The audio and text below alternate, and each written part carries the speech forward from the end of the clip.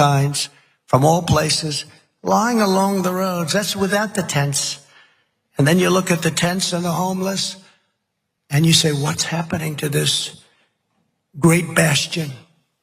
Perhaps some people will not like hearing this, but the only way you're going to remove the hundreds of thousands of people, and maybe throughout our nation, millions of people we're talking about, and help make our cities clean, safe, and beautiful again, is to open up large parcels of inexpensive land in the outer reaches of the cities.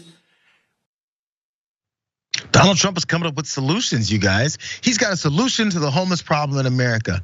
It only took him his entire life to say something about it that he doesn't actually care about. As long as you can buy the gold coins that pop up next to you on Newsmax, and everything is fine while you learn about the homeless problem. Anyways, from what you heard there, tents, maybe we can pop up and just have a full-on slum city, because that's what works in America with the homeless problem, because that's really just the basis, the problem, and then the solution is all right there. They don't have enough nice tents available. Actually, let's let him explain that part. Is to open up large parcels of inexpensive land in the outer reaches of the cities, bring medical professionals, including doctors, psychiatrists, psychologists, drug rehab specialists, build permanent bathrooms and other facilities, make them good, make them hard, but build them fast, and create thousands and thousands of high quality tents, which can be done in one day. And you have to move people out. Now, some people say, oh, that's so horrible. No, what's horrible is what's happening now. Because now they're in tents, but most of them aren't even tents that function. We need functionable tents, large, nice, luxurious tents. Put them in one particular part of the city and block off and barricade them and keep them there where they're nice and happy. As long as there's people that run in that are doctors and facilitators and bathrooms, all these things. Let's just set up an entire city.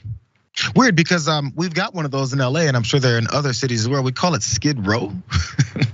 Here, let's take a look at what Skid Row looks like while I tell you guys about it. About 5,000 people are concentrated on this 50 blocks of Skid Row, which is a little over half of whom are in shelters or temporary housing. The rest sleep rough in Los Angeles. More than a third suffer from a substance use disorder, and many are mentally ill or physically disabled. The area is squalid. LA provides around 50,000 shelter beds for a steadily increasing homeless population of more than 60,000.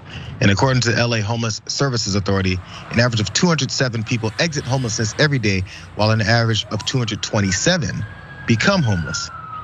Now, I'm showing you guys Skid Row here because, again, that's in Los Angeles and people have heard about this, but I'm not sure if many people have seen it, and also why it's there and how it operates.